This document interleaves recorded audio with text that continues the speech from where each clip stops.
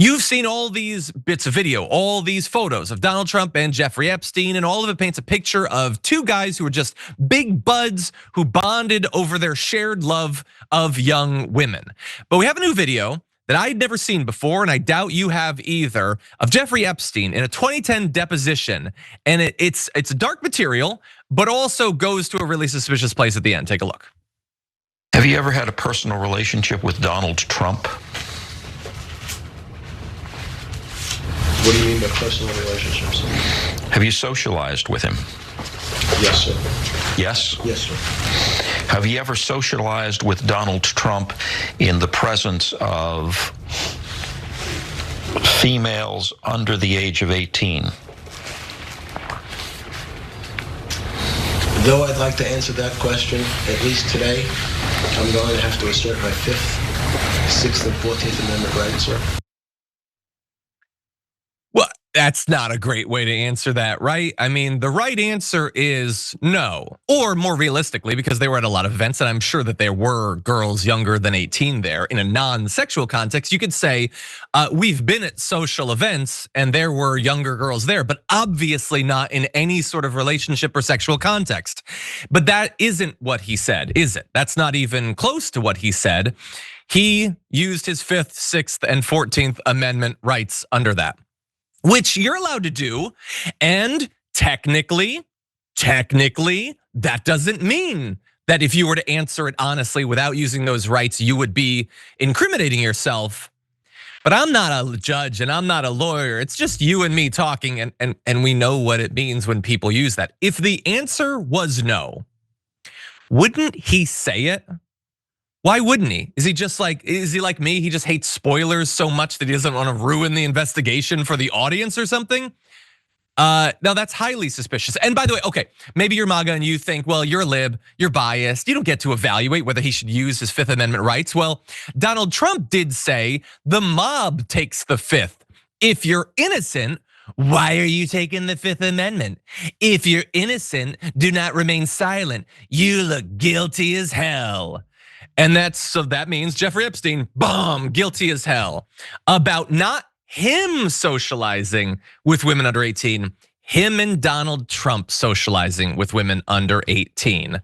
And look, it would have been easy for him to lie if it wasn't a deposition. There's legal consequences to lying during a deposition, and he was clearly being very careful there, wasn't he? I'm not even just referring to the last answer about the girls or whatever. He was asked, did you have a social relationship with Donald Trump? And he paused for multiple seconds. Well, I mean, the answer is obviously yes, they were friends for years. And by the way, there's nothing illegal with them being friends in that way. So why be so suspicious?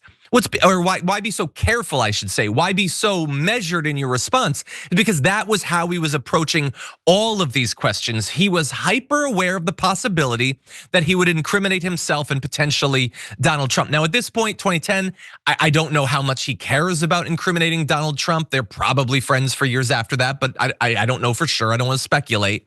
But that said, that video looks really damning. And again, not just from my point of view, Donald Trump says that answer is very damning.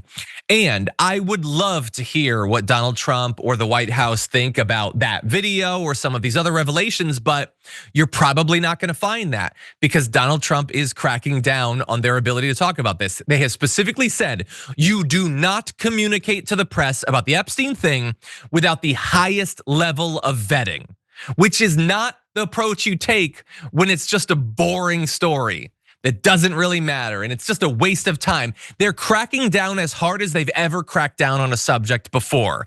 And you and I understand why, because all of this looks really, really bad. And they are getting an assist, okay? And this is what's gonna be really interesting to watch. These two stories we just talked about, how is the media gonna cover it? Not responsible media, I'm talking about right-wing media here. Did you know that Fox News has mentioned Barack Obama more than 3 times more than Jeffrey Epstein since Tulsi Gabbard did her little squirrel hoax? Yeah, because that's the whole point of it, okay? We wanna look like we're getting into the deep state and we're figuring out what's really going on in these smoke-filled rooms, except that we don't wanna do that. At all. We don't want to talk about the thing that's gonna anger Donald Trump. We don't want to be sued for $10 billion or whatever. So we're gonna go with the hoax. That's what they're doing. And maybe nobody's surprised by that. That's what Fox has always done. But these independent right-wing media people, the Charlie Kirks and the Steve Bannons and the Alex Joneses and everything, come on, buddy. He's in the files. He's in the files. And Jeffrey Epstein.